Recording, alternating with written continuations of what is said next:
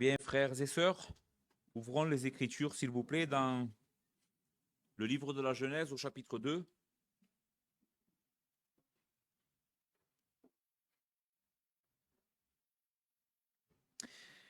Et nous lisons à partir du verset 7.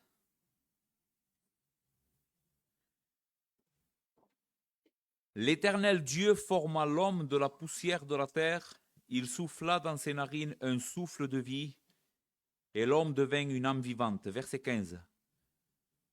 L'Éternel Dieu prit l'homme et le plaça dans le jardin d'Éden pour le cultiver et pour le garder. L'Éternel Dieu donna cet ordre à l'homme. Tu pourras manger de tous les arbres du jardin, mais tu ne mangeras pas de l'arbre de la connaissance du bien et du mal, car le jour où tu en mangeras, tu mourras certainement. L'Éternel Dieu dit, il n'est pas bon que l'homme soit seul, je lui ferai une aide semblable à lui. Amen. Frères, avant de commencer l'exposition du passage aujourd'hui et le thème que nous allons voir, je voudrais vous adresser quelques paroles d'encouragement et d'exhortation, particulièrement aux hommes aujourd'hui qui sont présents ici. En premier lieu, je tiens à vous remercier du plus profond de mon cœur, vraiment, parce que vous êtes pour moi une source de joie et d'espérance. Et je vais vous dire pourquoi vous êtes une source pour moi de joie et d'espérance. C'est parce que je vois dans chacun de vous vraiment la vie de Christ être manifestée. Bien sûr qu'il y a encore des défauts, bien sûr qu'il y a encore du travail à faire, mais vraiment je vois Dieu en vous. Je vois comment le Seigneur est en train de vous transformer progressivement à son image. Quelquefois, cette transformation est douce et elle est produite par la contemplation de la grâce, de l'amour et de la miséricorde de Dieu pour nous. D'autres fois, le Seigneur nous met face à nos erreurs, face à nos péchés, face à nos incompréhensions, face à nos défauts. Et cela, quelquefois, est difficile, n'est-ce pas? Mais je t'invite à être courageux aujourd'hui. Sois courageux, ne t'enfuis pas te cacher dans les arbres du jardin ou parmi les arbres du jardin comme avait fait notre premier père. Viens vers Dieu. Laisse-le te sonder. David dira dans un des psaumes, Dieu, connais-moi, sonde-moi. Fais la même prière au Seigneur aujourd'hui. Seigneur, connais mon cœur. Sonde-moi. Laisse Dieu te réparer, laisse Dieu te guérir, laisse Dieu te sanctifier. Et s'il y a des erreurs ou des péchés qui aujourd'hui vont être découverts, sois un homme. Fais alliance avec ton âme aujourd'hui. Parle à ton cœur et dis-lui, à partir d'aujourd'hui, je vais travailler durement, Seigneur, à changer ce que tu m'as montré. Les frères, c'est très important que nous soyons, chacun d'entre nous, on puisse faire ça aujourd'hui. Vraiment, que le Seigneur nous aide. Laissez-moi vous rappeler brièvement ce qu'on a vu dimanche dernier, parce que c'est très lié, c'est la deuxième partie aujourd'hui. Donc dimanche dernier, nous avons répondu à la question « Qu'est-ce qu'est un homme ?» ou commencé à répondre à cette question « Qu'est-ce qu'est un homme selon Dieu ?» ou « Comment est-ce que Dieu veut que la véritable masculinité se voie dans nos vies ?» Nous avons déjà commencé à répondre à cette question dimanche dernier en voyant que la véritable masculinité biblique est quelque chose qui est bon parce que c'est Dieu lui-même qui l'a établi. Dieu l'a établi comme étant quelque chose de bon et d'indispensable. Être masculin, ce n'est pas quelque chose de mauvais. De la même manière qu'une femme soit féminine, c'est quelque chose de bon. En réalité, les frères et sœurs, nous devrions remercier Dieu, chacun de nous, que ce soit homme ou les femmes, pour nous avoir créés tel qu'il nous a créés. Dieu a créé l'homme et la femme à son image en leur donnant la même dignité, mais des places et des rôles différents dans le monde. L'homme fut créé le premier pour être la figure de l'autorité et Ève fut créée ensuite pour refléter la douceur et la sagesse de notre Seigneur. En ayant comme rôle d'être une aide idéale. C'est comme ça que Dieu va créer la femme, et lui donner son poste. Je vais créer une femme qui va être l'aide idéale pour l'homme. Imaginez-vous, les sœurs, quel rôle important Dieu vous a donné.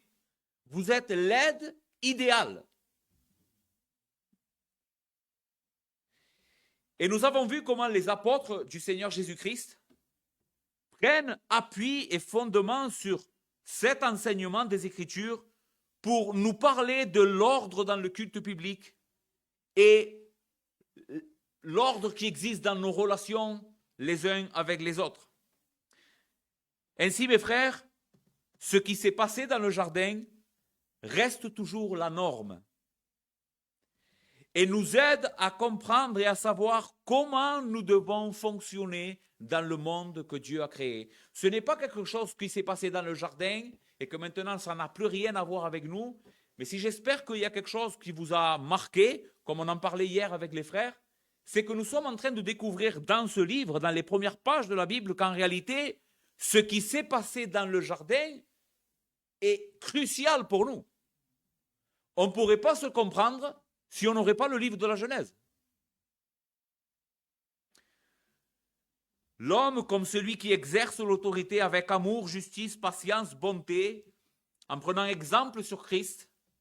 La femme comme celle qui aide ou qui est l'aide précieuse de l'homme et se soumet à lui en prenant exemple elle aussi sur Christ, de la manière comment Christ s'est soumis au Père avec joie et volontairement.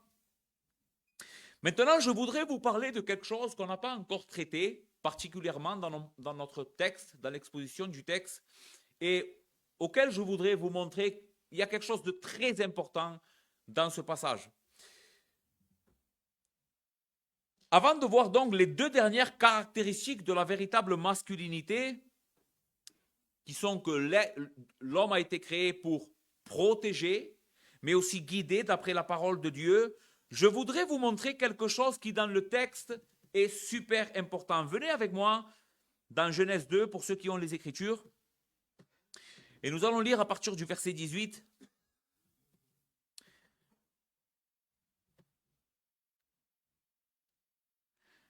Ce texte nous raconte la première fois où un homme et une femme se sont rencontrés. Mais je pourrais aller même un peu plus loin, je pourrais dire que c'est le premier mariage. Le texte nous raconte le premier mariage. Est-ce que tu t'es déjà posé la question, quand a eu lieu le premier mariage? Eh bien, nous allons le lire. Verset 18. L'Éternel Dieu dit, il n'est pas bon que l'homme soit seul, je lui ferai une aide semblable à lui. L'Éternel Dieu forma de la terre tous les animaux des champs et tous les oiseaux du ciel, et il les fit venir vers l'homme pour voir comment il les appellerait, et afin que tout être vivant porte le nom que lui donnerait l'homme. Et l'homme donna des noms à tout le bétail, aux oiseaux du ciel, et à tous les oiseaux et à tous les animaux des champs, mais pour l'homme, il ne fut trouvé point d'aide semblable à lui. Alors, l'Éternel Dieu fit tomber un profond sommeil sur l'homme qui s'endormit. Il prit une de ses côtes et referma la chair à sa place. Et l'Éternel Dieu forma une femme de la côte qu'il avait prise de l'homme et il la ramena vers l'homme. Et l'homme dit, voici cette fois celle qui est os de mes os et chair de ma chair. On l'appellera femme parce qu'elle a été prise de l'homme. C'est pourquoi l'homme quittera son père et sa mère et s'attachera à sa femme et ils deviendront une seule chair. Mes frères, que nous raconte ce texte? Pour moi, il est merveilleux. Et je sais que pour vous aussi, mais qu'est-ce qu'il nous raconte? Eh bien, il nous raconte comment s'est passée la première fois où un homme a rencontré une femme. Si vous regardez bien la scène, et vous êtes attentif à comment Moïse, inspiré par l'Esprit, décrit ce moment, en réalité, c'est une cérémonie de mariage. Je pourrais même dire que tous les mariages que nous célébrons depuis, les mariages chrétiens bien sûr, même d'autres mariages, je suppose, tous les mariages qu'on fait ont pour base, la cérémonie a comme base ce qui s'est passé dans le jardin. Comment se déroule aujourd'hui un mariage? Eh bien, en règle générale, le marié, dans un mariage, doit toujours arriver le premier. Ça serait quelque chose de pas bien si le marié ferait attendre la mariée, n'est-ce pas? On dirait quelle sorte d'homme est celui-là? Il doit venir le premier. Il arrive donc en avance et il est tout seul devant l'autel sacré. Comment on voit, quand on voit dans les films, comment ça se passe? Souvent, on voit un marié, toute l'assemblée est là, tous les invités sont là, et la mariée n'est pas encore là. Et le marié attend pendant quelques minutes, il est là à attendre, n'est-ce pas? Cela est une image forte, parce qu'en réalité, cela nous parle de la nécessité que l'homme a d'avoir une femme semblable à lui. Tant que le marié est seul devant l'autel, ce qu'il est en train de dire, c'est que j'ai besoin d'une femme. À l'exemple de Adam, qui pendant un moment, même si ce moment a été assez court, parce que Dieu a créé la femme le même jour, mais pendant un moment, Adam était seul. Mais il semble que l'homme n'était pas assez conscient de la nécessité qu'il avait d'une femme. C'est pourquoi le texte nous dit que Dieu va faire venir tous les animaux qu'il avait créés. Il va les faire venir vers l'homme pour que l'homme puisse les examiner et leur donner des noms. Maintenant, posez-vous cette question. Avant que le texte dise Dieu va faire venir tous les animaux vers l'homme, juste avant, le verset juste avant, il est écrit Dieu dit il n'est pas bon que l'homme soit seul. Et Dieu fait amener tous les animaux vers l'homme. Quelle est l'idée de Dieu derrière ce qu'il fait? Pourquoi, quand il se rend compte, Dieu, que l'homme, il n'est pas bon qu'il soit seul, il fait venir tous les animaux vers lui pour qu'Adam puisse les voir, les examiner et leur mettre des noms? Parce qu'il veut que Adam se rende compte qu'il n'y a rien de semblable à lui dans tout le reste de la création.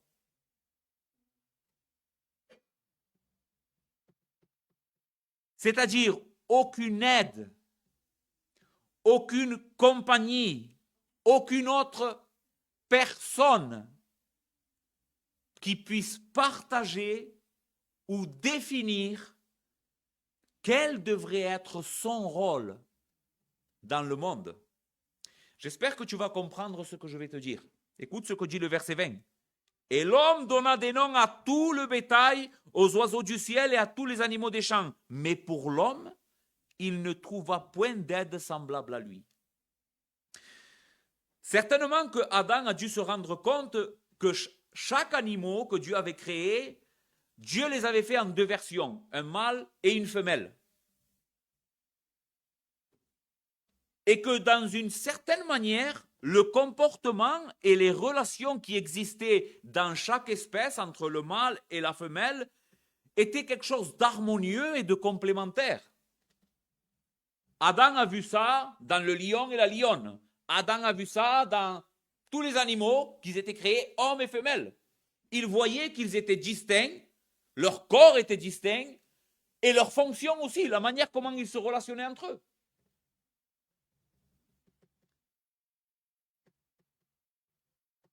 Donc,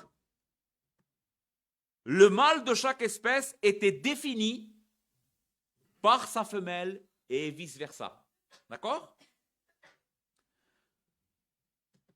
On arrive à comprendre la morphologie et la raison pour laquelle chacun avait été créé et quelle était sa fonction en regardant l'autre.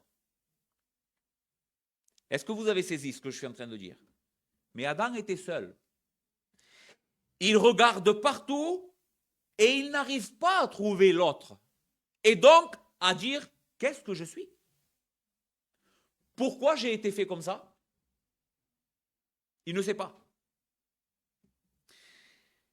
L'homme ne trouve aucune contrepartie.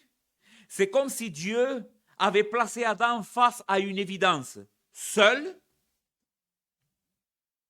tu ne peux pas bien remplir la fonction pour laquelle je t'ai créé. Tu n'arrives pas à te définir, Adam.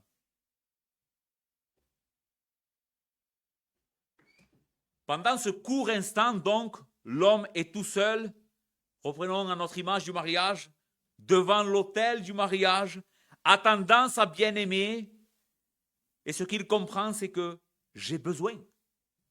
Ce que l'homme est en train de proclamer à ce moment-là, c'est j'ai besoin d'une aide, j'ai besoin de quelqu'un qui me définisse, j'ai besoin de quelqu'un que je vais regarder et qui va m'aider à prendre ma place dans ce monde. Et toutes les personnes qui sont là, présentes, sont en train d'attendre ce fabuleux moment où le besoin de ce pauvre homme va être rempli, n'est-ce pas? Que font les invités du mariage? Eh bien, de la même manière que le marié, ils attendent. Ils guettent l'arrivée de la plus belle des femmes ce jour-là.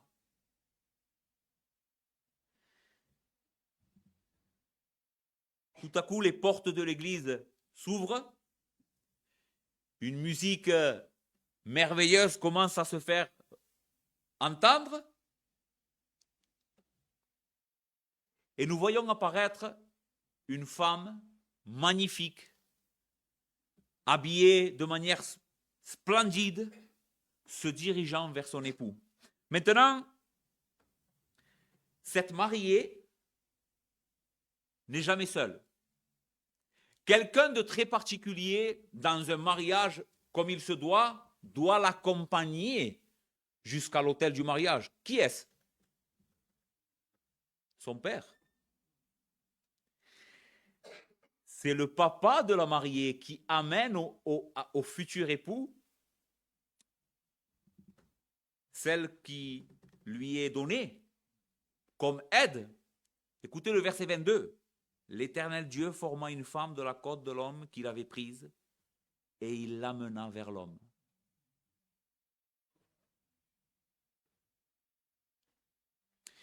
Imaginez-vous les frères, le premier mariage, Dieu était là. Il était le papa ce jour-là. Maintenant, quand l'homme voit sa femme, qui normalement doit porter un voile, qui est un symbole de pureté, qui témoigne que le jardin qu'elle représente est un jardin gardé. Personne n'est rentré dans ce jardin. Personne, elle n'appartient à personne. Son amour, son cœur, sa loyauté, sa beauté, tout ce qu'elle est, ça n'a jamais été donné à personne. C'est ce que représente le voile, qui est mis sur la mariée. Eh bien, aucun homme avant celui vers qui Dieu amène cette femme pour faire alliance avec elle, et ici c'est important, en jurant devant Dieu et devant les hommes de la protéger, de la garder et de la guider selon la parole de Dieu.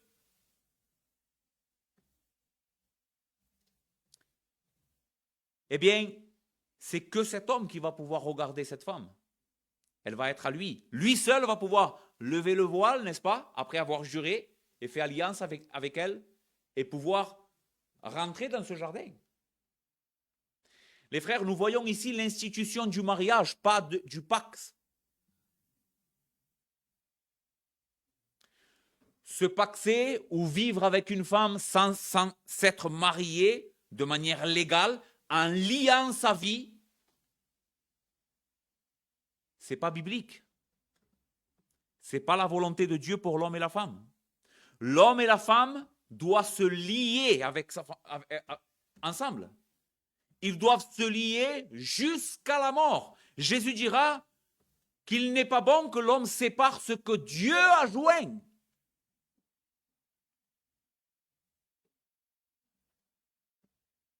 Maintenant, soyez attentifs aux paroles qu'Adam va dire au moment précis, imaginez-le, où il lève le voile, il est époustouflé de la beauté d'Ève, il est content, il voit pour la première fois celle qui maintenant est comme lui. Mais écoutez les paroles, verset 23. Voici cette fois, celle qui est os de mes os et chair de ma chair. On l'appellera femme, en hébreu Isha, parce qu'elle a été prise de l'homme Ish. C'est pourquoi l'homme quittera son père et sa mère et s'attachera à sa femme et ils deviendront une seule chair. C'est qu'à ce moment-là précis où Adam comprend pour la première fois de sa vie qu'est-ce qu'il est. Avant ce moment que Dieu amène Ève et qu'il voit Ève, il a regardé partout et rien ne l'a aidé à se définir et à définir son rôle. Pourquoi j'ai plus de muscles que les autres? Pourquoi je me tiens debout et les autres ils marchent à quatre pattes? Il ne sait pas. Mais quand il voit Ève, il dit « Ah, enfin je comprends. » Pourquoi? Parce que celle-ci est os de mes os et chair de ma chair. Elle est semblable à moi, mais différente. Elle est de la même espèce que moi, mais je vois en elle pourquoi je suis ce que je suis et pourquoi elle est ce qu'elle est. De la même manière, les femmes, les frères. Les femmes ne peuvent pas se définir sans qu'elles voient l'homme. Pourquoi j'ai voulu parler de ce texte ce matin? Quel est l'enseignement important que je veux vous communiquer à travers de ce passage? Eh bien, c'est que l'homme et la masculinité ne peuvent pas être définis que par la femme. Réfléchis. Comment je peux savoir qu'est-ce que c'est être un homme masculin selon Dieu? Eh bien, cela se voit par rapport au rapport que tu as avec ton épouse. C'est ce qui définit la masculinité biblique. Être un vrai homme se voit avant tout au travers de relations que nous avons avec nos épouses et de la manière comment nous exerçons l'autorité déléguée par Dieu sur nos familles. C'est uniquement quand Adam voit Ève qu'il comprend. C'est comme si Adam aurait été placé face à un miroir et il commence à comprendre son corps, il commence à comprendre ses besoins et il commence surtout à comprendre ses devoirs.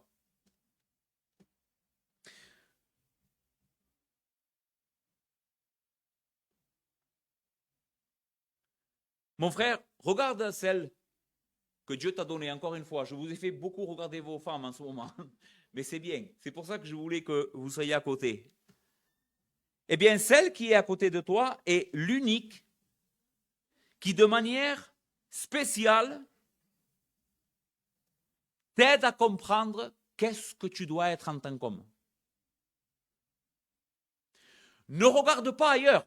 Les frères, un homme, c'est pas simplement quelqu'un qui boit de la bière, mange des pizzas et regarde la Ligue des Champions.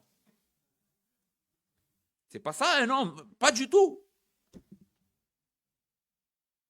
Un homme se définit,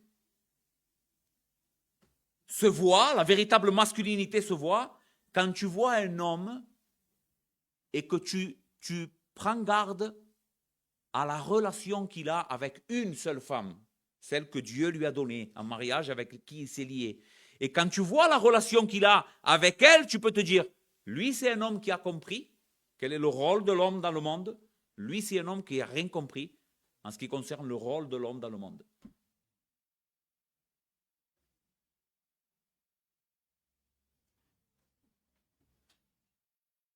Le monde nous a appris à dissocier ces deux choses, n'est-ce pas? J'ai ma vie personnelle et j'ai ma vie de famille. J'ai besoin de liberté, j'ai besoin d'autonomie. J'ai quelquefois besoin de partir de chez moi pour me retrouver. Quelle manière toute tordue de concevoir la vie. Cela est un mensonge du diable, les frères. Et pendant que je lisais ça, les frères, vraiment, je tenais à vous le dire aussi, ne croyez pas qu'aujourd'hui je m'élève au-dessus de vous comme quelqu'un qui pratique ça parfaitement. Je suis loin du compte. J'en ai appris autant que vous pendant que je suis en train d'étudier ça. Et je me rends compte combien je commets beaucoup de péchés. C'est un mensonge, les frères. Tu as été créé pour vivre en communion avec celle que Dieu t'a donnée. Ta vie, c'est Dieu en premier et ton épouse et tes enfants. C'est tout. Tout le reste, ce n'est pas le plus important. Le plus important dans la vie, Dieu, ton épouse, tes enfants. Voici l'ordre. L'ordre, c'est ça. Dieu, ton épouse, tes enfants. Bien sûr, après l'église, etc., etc. N'est-ce pas? Il y a des choses importantes dans la vie. Ton travail aussi. Mais ces trois choses sont les plus importantes.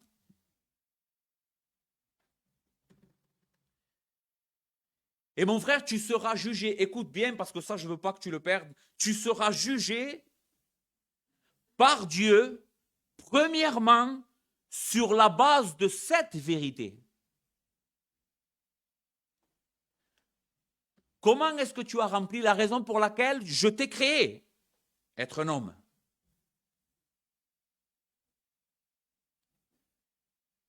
Et exercer l'autorité comme un gardien qui pourvoit aux besoins de sa femme et de ses enfants en les guidant d'après la parole que je t'ai donnée. Voici en quoi se résume principalement notre raison d'être dans ce monde. C'est pourquoi l'homme quittera son père et sa mère et s'attachera à sa femme. Et ils deviendront une seule chair. Notez, j'en parlerai un peu plus quand je parlerai de la véritable féminité, mais c'est applicable aussi à l'homme. Combien d'hommes sont encore très attachés à leurs parents? Combien de fois cela a été une occasion de beaucoup de problèmes dans le couple, parce que soit l'homme ou soit la femme ne veut pas se détacher des parents. Un homme qui n'est pas capable de prendre une décision tout seul, sans consulter son père ou sa mère, et prendre la décision par rapport à ce que son père ou sa mère est en train de lui dicter, ce n'est pas biblique, les frères. Le texte nous indique que l'homme doit couper. Et écoutez, le texte ne dit pas la femme, hein, même si la femme, par répercussion, ça s'applique aussi à elle, mais le commandement est pour l'homme. L'homme quittera son père et sa mère et s'attachera à sa femme. Ça veut dire qu'à partir du moment où Dieu te donne une femme, tu deviens une entité seule. Jusqu'à maintenant, tu étais lié à ton père et ta mère, c'était lui la responsabilité. Quand tu te maries, il y en a deux. C'est une cellule qui doit fonctionner seule. Bien sûr qu'on peut demander des conseils à nos pères, bien sûr. La Bible dit qu'on doit respecter nos parents, les aimer, les servir, leur donner tout ce qu'il faut jusqu'à ce qu'ils partent avec le Seigneur. C'est notre devoir. Mais la Bible ne dit pas que tu dois dépendre de ton père. Ça, c'est pas bon. Un homme, quand il se marie, se lie à sa femme. Et à partir de ce moment-là, même si je sais que ce concept est un peu plus difficile chez nous, à partir de ce moment-là, la personne la plus importante sur cette planète pour lui, ce n'est ni son père ni sa mère, et je vais te choquer, ni ses enfants, mais cette femme. La Bible ne dit pas l'homme s'attachera à ses enfants, il dit s'attachera à sa femme. La seule personne avec qui tu as ce lien, c'est ta femme. Donc, après avoir dit tout cela, qui je pense était très, très important pour mettre en contexte qu'est-ce que c'est la véritable masculinité, on la voit dans les relations entre un homme et une femme. Essayons de traiter ensemble les deux dernières caractéristiques de la véritable masculinité. Ça va? Ok.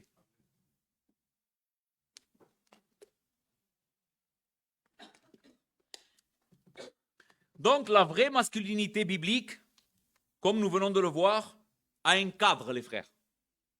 Elle a un cadre. Elle s'exerce au sein d'une relation entre un homme et une femme et elle s'élargit, bien sûr, sur les enfants. En étant un homme qui travaille, voici comment elle s'exerce, de manière rigoureuse pour subvenir aux besoins familiales.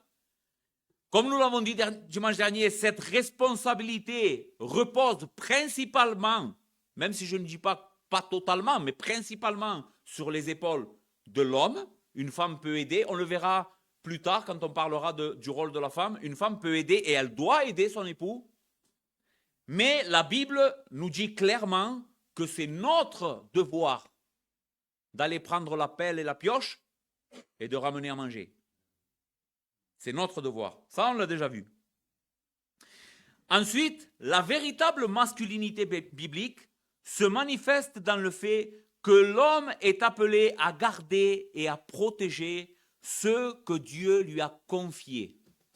Alors, j'ai fait très attention à chaque mot, parce que ta femme et tes enfants ne sont pas à toi. Par contre, oui, tu en es responsable tout le temps que le Seigneur les a mis sous ta responsabilité. Je vais te donner un exemple. Imagine que je pars en voyage et que je te dise, voilà mon frère, les clés de ma maison, garde ma maison, s'il te plaît. Le temps que je m'en vais en voyage, prends garde que personne ne vole, prends garde que la porte ne soit pas ouverte, prends garde qu'elle ne prenne pas feu. La maison n'est pas à toi, n'est-ce pas? Elle est à qui la maison? Mais pendant le temps que je suis parti en voyage, qui en est responsable? Qui c'est qui en est responsable? La personne à qui je l'ai confié. Si c'est une personne sage, intelligente, respectueuse, fidèle, honnête, elle fera son travail et elle le fera bien. Si c'est une mauvaise personne, elle en prendra pas garde. Et le jour où je reviendrai, je lui dirai, pourquoi? Serviteur injuste, pourquoi n'as-tu pas gardé ce que je t'ai confié? Liez-le, pieds et mains, et jetez-les dans les ténèbres du dehors, où il y aura des pleurs et des grincements dedans. Frère, tout ce que Dieu t'a confié en tant qu'homme et a mis sous ta responsabilité n'est pas à toi, mais tu en es le gardien. D'une telle sorte, d'une telle manière que tu devras en rendre compte.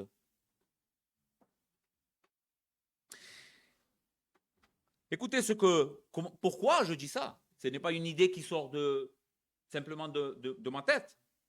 La base biblique pour cet enseignement, c'est Genèse 2,15. L'Éternel Dieu prit l'homme et le plaça dans le jardin d'Éden pour le cultiver et pour le garder.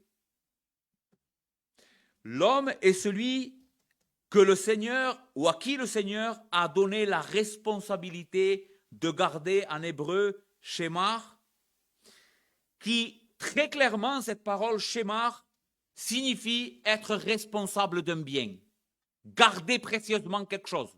Écoutez ce que le mot veut dire en hébreu. Garder, surveiller, protéger, veiller sur, préserver contre la menace. L'Éternel Dieu prit Adam, le plaça dans le jardin. La femme n'est pas encore là, donc ce commandement est pour l'homme. Pour le garder, pour préserver cette chose contre toute menace.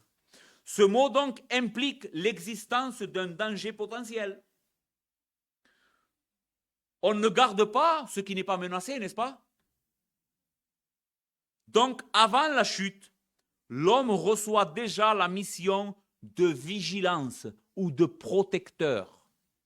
C'est ça la vraie masculinité, être quelqu'un de vigilant et de protecteur. Cela implique tous les domaines, hein? Physique, spirituel. Tu es responsable de garder et de protéger ce que Dieu a mis sous ta responsabilité. La masculinité biblique est donc définie avant le péché, avant la chute, pas comme une domination. L'homme n'est pas quelqu'un qui domine, c'est pas ça, mais comme responsabilité de gardien. Maintenant, comme toujours, l'exemple que l'homme doit suivre pour être un bon gardien, quelqu'un qui garde bien, qui c'est qui va lui donner? Qui lui a appris à l'homme comment être le gardien? Dieu. Écoutez ce psaume, psaume 121. Le même mot, Shemar, est appliqué pas mal de fois dans ce psaume à Dieu. Écoutez, je lève mes yeux vers les montagnes, d'où me viendra mon secours. Le secours me vient de l'Éternel qui a fait les cieux et la terre. Il ne permettra point que ton pied chancelle. Celui qui te garde ne sommeille ni ne dort. Celui qui garde Israël, l'Éternel est celui qui te garde. L'Éternel qui est ton ombre à ta main droite. Pendant le jour, le soleil ne te frappera point, ni la lune pendant la nuit. L'Éternel te gardera de tout mal. Il gardera ton âme. L'Éternel gardera ton départ et ton arrivée dès maintenant et à jamais. L'Éternel est le modèle de l'homme pour garder. C'est lui, le grand protecteur de son peuple. Et l'homme, en regardant Dieu, son Dieu, de qui il est l'image, devait apprendre comment est-ce que je dois être un vrai homme, manifester la vraie masculinité en gardant, en protégeant ce que Dieu a mis sous ma responsabilité. Pour être un peu plus précis sur la manière comment les Écritures emploient ce mot par rapport au devoir de l'homme de protéger sa famille comme un gardien, je voudrais vous montrer dans les Écritures, dans d'autres endroits, comment les Écritures emploient cette parole tout particulièrement. Par exemple, la Bible nous appelle, à nous les hommes, à garder le dépôt sacré de la parole de Dieu. Qu'est-ce que tu dois garder?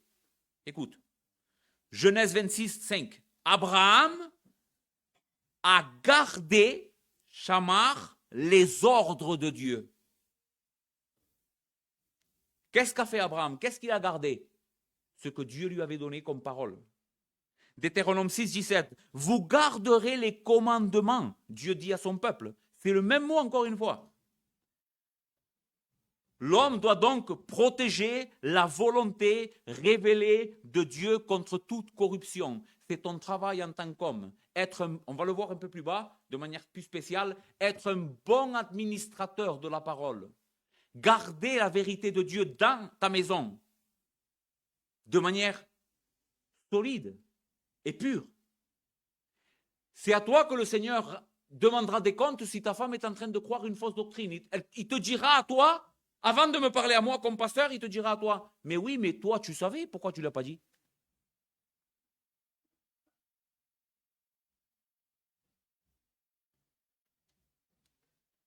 Une autre très grande image biblique au sujet du devoir de protection de l'homme est celle du pasteur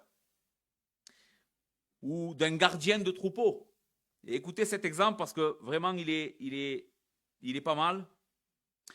Dans 1 Samuel 17, 20, David, le roi David, le grand roi David, est décrit comme le gardien des brebis. D'accord? David a été berger avant d'être roi. Avant d'être roi, avant d'être ce grand roi d'Israël, le plus grand roi pour moi d'Israël, lui et Salomon, eh bien il a été un berger. Et cela lui a appris comment gouverner. Vous savez pourquoi David a été tellement un roi excellent? Parce qu'il a appris à garder. Il a appris à gouverner tout un peuple avec fidélité et droiture de cœur en le défendant contre tous ses adversaires. Ce qui implique que le véritable leadership, la véritable masculinité, la véritable autorité de l'homme commence par la protection, pas par le pouvoir. Comment je sais qu'un homme est un vrai homme? Parce qu'il est en train de garder bien sa maison, sa femme, ses enfants, ce que Dieu a mis sous sa responsabilité. Quand je le vois, c'est un homme qui protège.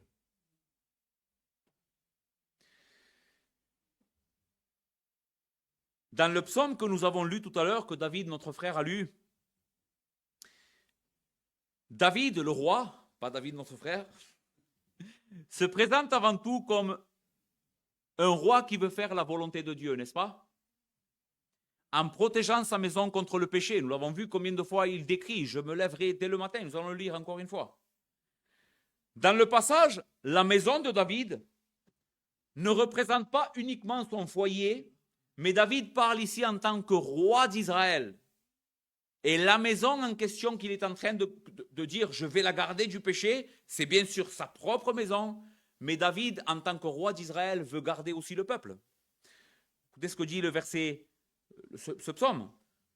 Je marcherai dans l'intégrité de mon cœur au milieu de ma maison.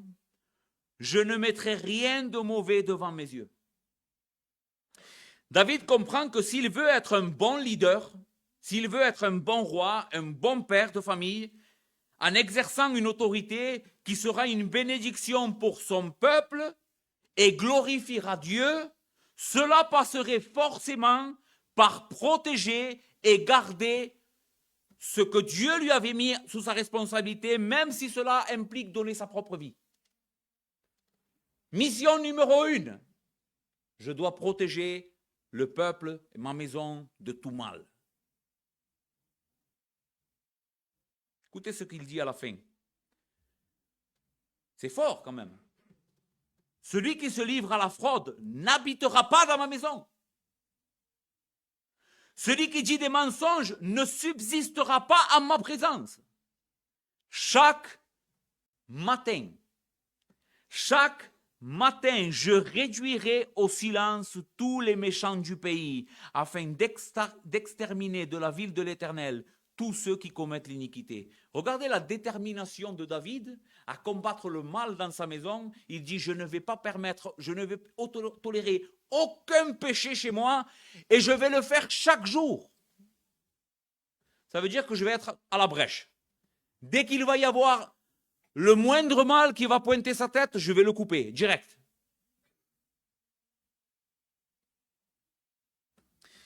Les puritains ont toujours parlé de ce psaume, du psaume 101, comme étant le fondement de la masculinité biblique. Et je pense qu'ils avaient raison. Écoutez ce que William Perkins, qui est né en 1658 et il est mort en 1602, a déclaré. La seule norme pour ordonner la famille, ça veut dire pour bénir la famille avec notre autorité, est la parole de Dieu écrite. David a décidé de gouverner sa maison selon elle lorsqu'il dit « Je prendrai garde à la voie de l'intégrité. Quand viendras-tu à moi? Je marcherai dans l'intégrité de mon cœur au milieu de ma maison. » Les puritains trouvaient dans ce psaume 101 une direction abondante sur le rôle de l'homme dans le foyer. Quand ils lisaient ce psaume, ils disaient « Voici ce que doit faire un homme. Un vrai homme, il doit faire ça. »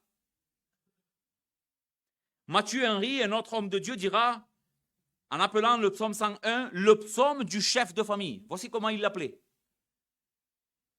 Et il a affirmé qu'il établit, ce psaume, il établit un modèle à la fois pour un bon magistrat, comme l'était David à son époque,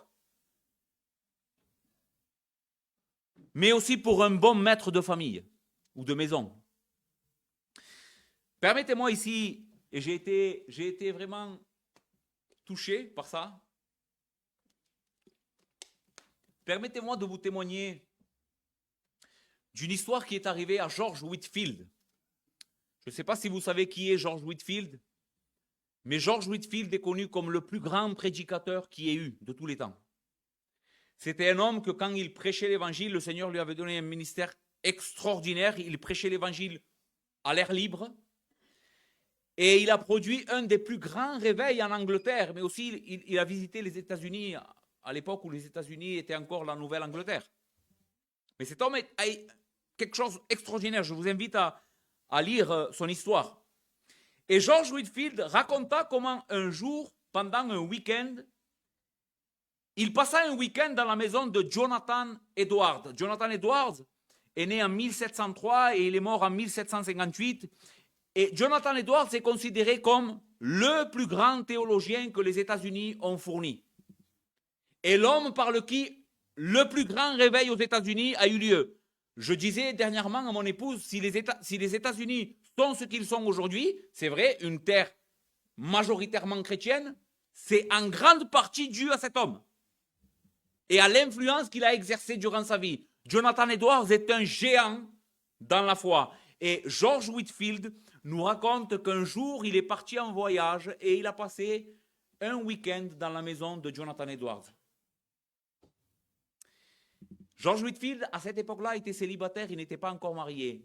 Mais ce qu'il observa dans la maison de Jonathan Edwards l'a tellement impacté que lui-même raconte, écoutez ce qu'il dit, et je cite ici ces mots, « Monsieur Edwards est un chrétien solide et excellent. Je crois n'avoir vu son égal nulle part en Nouvelle-Angleterre. J'ai ressenti une grande satisfaction en séjournant dans sa maison, dans la maison de Monsieur Edwards. Je n'ai jamais vu un couple plus doux. Leurs enfants étaient des exemples de simplicité chrétienne. Madame Edwards était parée d'un esprit doux et paisible. Elle parle avec solidité des choses de Dieu et apparaissait comme une véritable aide correspondant à son mari.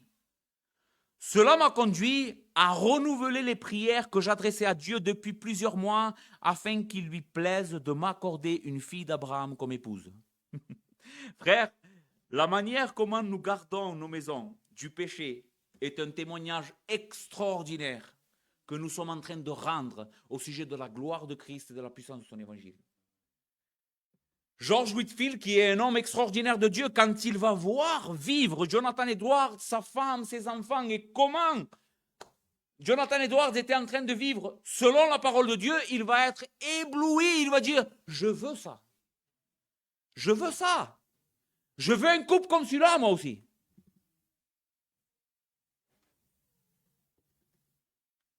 Donc, ça va être un grand témoignage rendu à Christ, mais aussi un grand bénéfice pour notre famille. Nous devons protéger à tout prix ceux que Dieu a mis sous notre autorité. Malheureusement, les frères, nous savons, qu'est-ce qui s'est passé dans le jardin? Eh bien, notre premier père, Adam, n'a pas bien rempli son rôle. Écoute bien ça. Et que cela soit pour toi un frein, un avertissement. Adam n'a pas bien rempli son rôle. Quelle a été la répercussion? Il n'a pas gardé. Quelle a été la répercussion? Eh bien, la mort, la corruption, le malheur, la maladie, la guerre, le viol, l'assassinat, le meurtre, tous les péchés qui t'entourent, c'est dû à qu'un homme a délaissé sa responsabilité. Tu comprends ça? C'est parce que notre premier père n'a pas été vigilant. Et il n'a pas gardé sa famille. Les frères, Ève n'aurait jamais dû parler seule avec le serpent. Adam aurait dû s'interposer à cette conversation. Je suis sûr qu'Adam était là. J'en suis persuadé. Ce n'est pas écrit, c'est moi qui le dis, ça. Ne le prenez pas comme parole de Dieu. Mais où était-il? Il était dans le jardin. Donc Adam était là, mais qu'est-ce qu'il a fait? Il décide d'abandonner son poste et de ne pas garder, de permettre au mal de rentrer chez lui. Qu'est-ce qui est rentré? La corruption, le malheur, les frères. À cause de la passivité et plus tard de son désobéissance, en se soumettant à l'erreur de sa femme et en abandonnant son autorité, Adam est tombé dans la transgression et avec lui il nous a tous entraînés. C'est pour cette raison que je dois vous enseigner ça aujourd'hui, parce qu'Adam a péché. Et le péché nous a tordus. Il nous a aveuglés par rapport à nos responsabilités. Mais j'ai une très bonne nouvelle pour toi. Écoute, ça paraît noir tout ça, mais il y en a un qui est le second Adam, qui s'appelle Jésus-Christ. Et lui est venu nous donner un exemple parfait. Lui a obéi parfaitement et il a gardé, les frères. Lui a gardé. Christ est le chamard parfait. Jésus accomplit parfaitement ce que Adam a raté. Dans Jean 17, 12, il est écrit « J'ai gardé ce que tu m'as donné et aucun d'eux ne s'est perdu. » Et dans Jean 10, 11, il dit « Je suis le bon berger. Le bon berger donne sa vie pour sa maison ou pour ses brebis. » Mais pourquoi? Parce qu'il veut protéger, parce qu'il veut garder, parce qu'il est prêt à défendre ses brebis avec sa propre vie. Donc, l'homme biblique, la vraie masculinité se voit non pas par être autoritaire et exercer une pression malsaine sur ceux qui nous sont échus, sous notre autorité, Ce n'est pas non plus quelqu'un de passif. Voici les deux pôles que nous devons éviter. Une autorité malsaine ou la passivité. C'est les deux choses, les frères, avec lesquelles nous devons lutter. Quelques-uns d'entre vous sont trop passifs. D'autres sont trop autoritaires de manière malsaine. Et c'est là que vous allez devoir régler. La vraie autorité biblique, en protégeant, donc ce n'est pas une autorité malsaine, ce n'est pas de la passivité, mais c'est du sacrifice. On pourrait en parler comme ça, c'est une attitude sacrificielle. Ce qui nous conduit à notre troisième caractéristique, les dernières, la véritable masculinité biblique se voit par la manière comment un homme guide avec la parole de Dieu. L'homme masculin est celui qui guide d'après la parole de Dieu. Même si je crois que c'est quelque chose de différent au commandement de garder, il faut reconnaître que ces deux rôles de l'homme, garder et guider avec la parole, sont très liés. Parce que l'homme, en réalité, garde et protège avec la parole aussi. Mais je crois qu'il y a une différence entre ces deux aspects que nous sommes en train de voir. Encore une fois, le fondement en ce qui concerne guider, nous avons vu donc que l'homme masculin travaille, l'homme masculin garde, l'homme masculin guide. Une fois encore, le fondement biblique se trouve dans la Bible. On ne tire pas ça de notre chapeau, c'est la Bible qui le dit. Observez encore une fois comment Dieu va faire une différence dans la création avec l'homme et tout le reste qu'il a créé. Dieu va former l'homme à partir de la poussière de la terre et il va souffler dans ses narines un esprit de vie et l'homme va devenir une âme vivante. Maintenant, une des caractéristiques très particulières de cette créature que Dieu vient de former, c'est qu'elle a la possibilité ou la faculté de parler. Aucune autre chose, les frères, créée, ne pouvait parler. Seulement l'homme. C'est l'homme qui est capable de communiquer de manière rationnelle. L'homme a été créé avec la capacité de parler, d'avoir une volonté propre, de comprendre les choses que Dieu lui disait et surtout, écoutez bien, de les répéter fidèlement. Quand l'homme entendait ce que Dieu voulait de lui, parce qu'il était homme, il était capable de le comprendre, mais aussi de les redire. OK? À travers cela, Dieu est en train de placer l'homme au-dessus de la création. Il le place dans une position d'autorité. Pourquoi? Parce qu'il est, je ne sais pas si vous allez comprendre ce mot, mais je vais essayer de vous expliquer, le dépositaire de la parole de Dieu. Qu'est-ce que c'est le dépositaire? Le dépositaire, c'est quelqu'un à qui on confie. Et mes frères, vous êtes les dépositaires de la parole de Dieu, pas vos femmes. Même si vos femmes en bénéficient, vos femmes sont sauvées par la parole, la responsabilité à qui Dieu a donné sa parole, c'est à nous. C'est pour ça qu'on a vu dimanche dernier que la femme ne peut pas prendre la place de l'homme dans le culte public, n'est-ce pas? Je ne permets pas à la femme de prendre de l'autorité sur l'homme, car l'homme a été créé le premier, la femme ensuite.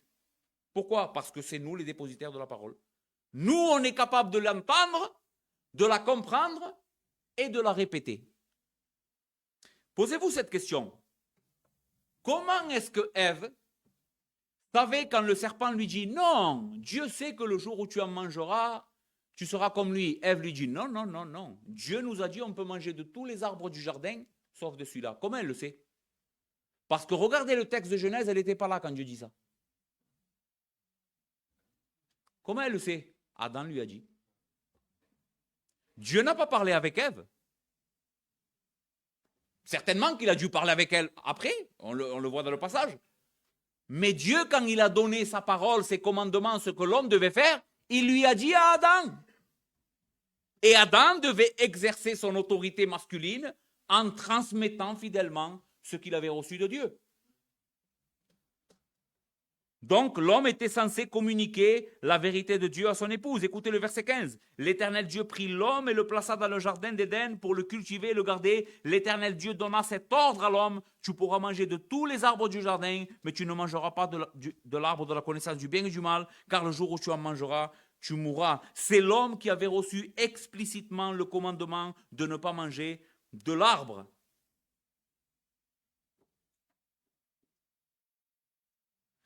C'est pour cela, les frères, et soyez encore patients,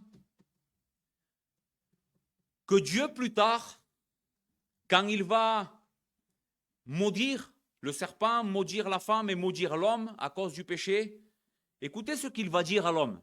C'est très important. Il dit à l'homme, puisque tu as écouté la voix de ta femme, et que tu as mangé de l'arbre au sujet duquel je t'avais donné cet ordre, tu ne mangeras point, le sol sera maudit à cause de toi. Quel est le reproche que Dieu lui donne ici à Adam? Il ne dit pas puisque tu as écouté le serpent. Vous avez remarqué ça? Il aurait pu dire, puisque toi aussi tu as désobéi et tu as écouté le serpent. Il ne dit pas ça. Il dit, puisque tu as écouté la voix de ta femme au lieu de la mienne. Alors que toi, ton travail, c'était de m'écouter moi et de lui dire à ta femme. Dire la vérité à ta femme. Tu as fait le contraire, Adam. Tu m'as désobéi moi et tu as écouté la voix de ta femme. Encore une fois, il a déserté son poste. Ainsi, les frères, il est vrai que la masculinité créée dans le jardin comporte cet élément indispensable, être un fidèle administrateur de la parole de Dieu. L'homme est censé bénir, écoute, il est censé bénir ceux qui sont sous sa responsabilité en étant un fidèle administrateur de la parole. Comment il le fait? Tous les jours. Je le disais hier aux sœurs, aux frères, en parlant avec eux, écoutez, moi, la Bible dit que je dois rendre des comptes pour chacune de vos âmes. La Bible le dit. Obéissez à vos conducteurs et ayez de la déférence pour eux comme ayant, devant rendre compte de vos âmes. C'est Paul qui le dit, ça. Ok. Mais tu sais que moi, même si je dois rendre compte de ton âme et de l'âme de ta femme, moi j'ai moins de responsabilité en ce qui concerne ta femme et l'enseignement qu'elle est en train de recevoir. C'est toi qui dois l'enseigner. Quand vous venez là, les frères, et qu'on s'assoit là, une fois par semaine, le dimanche et le vendredi, et que la parole de Dieu est en train de prêcher, bien sûr, que ta femme écoute l'enseignement et elle est instruite. Mais le principal qui doit l'instruire, c'est toi, c'est pas moi.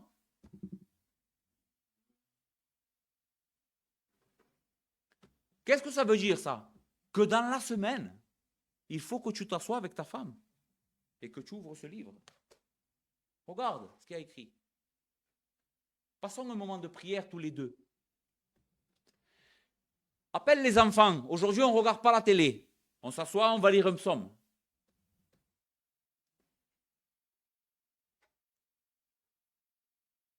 Écoute ce que Paul dira à Timothée, qui, je pense, peut être appliqué à tous les hommes, non simplement aux pasteurs.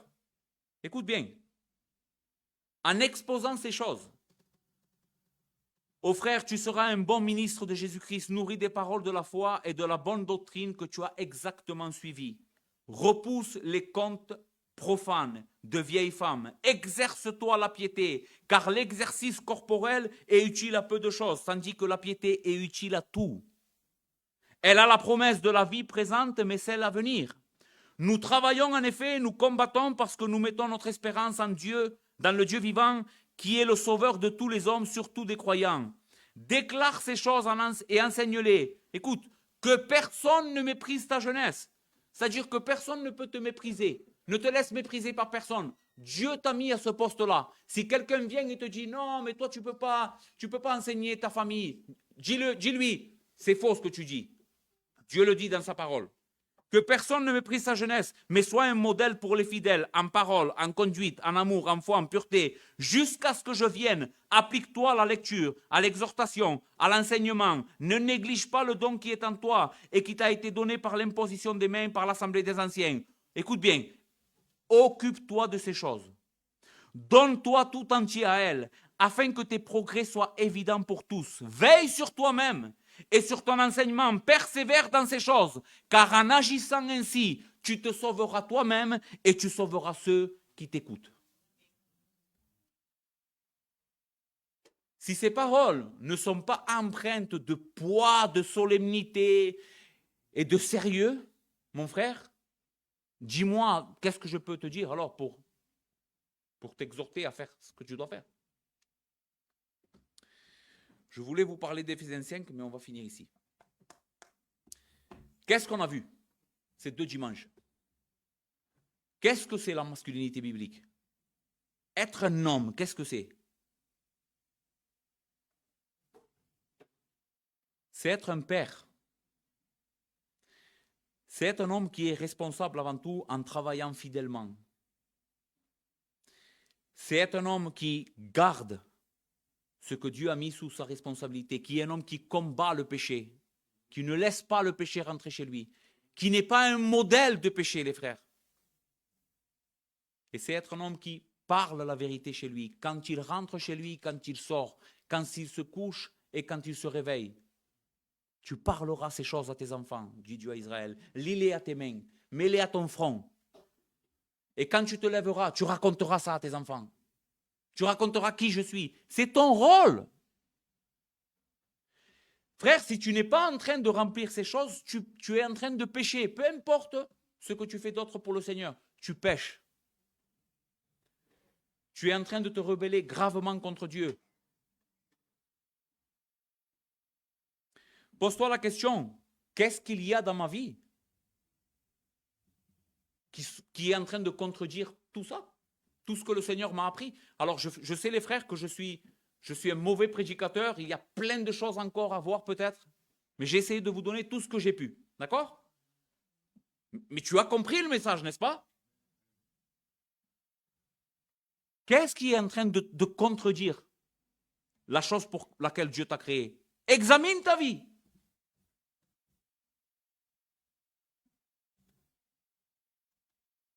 Qu'est-ce que pensent tes enfants de ta relation avec ta femme?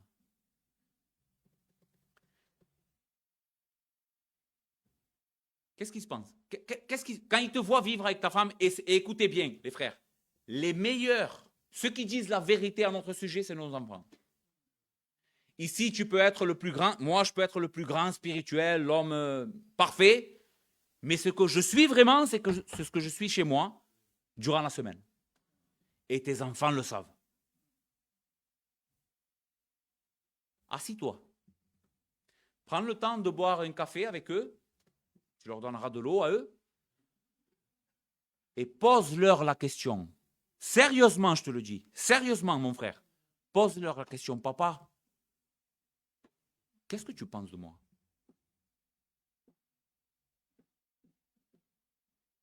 Qu'est-ce que tu penses de comment je traite ta mère? Est-ce que tu vois à moi l'image de Christ? Comme il traite l'Église. Marie, aimez vos femmes.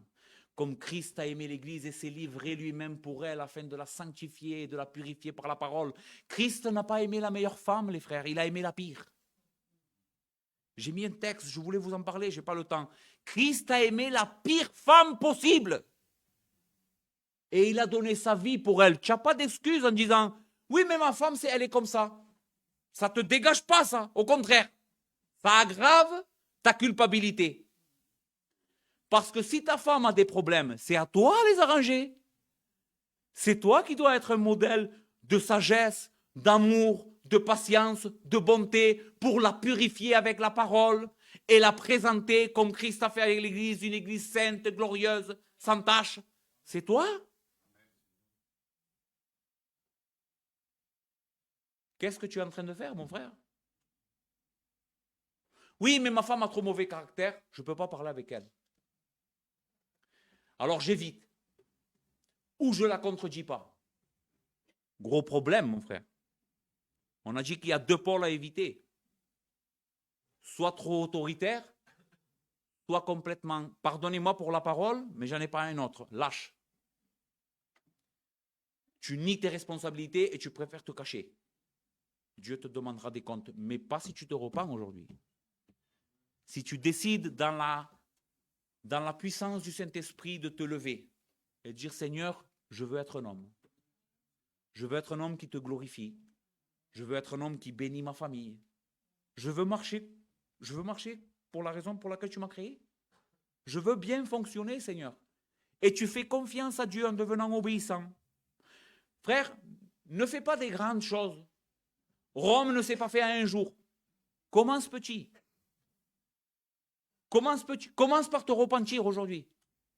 Par dire, Seigneur, à partir d'aujourd'hui, je vais faire des choses pour changer. Si tu fais ça, mon frère, ta vie va être transformée. La vie de ton épouse va être transformée. La vie de tes enfants va être transformée. Tout va être transformé parce que Dieu est un Dieu fidèle et il honore ceux qu'il honore. Tu ne peux plus dire, je ne sais pas. Maintenant, tu sais. Qu'est-ce que tu vas faire de la parole? Que le Seigneur vous bénisse.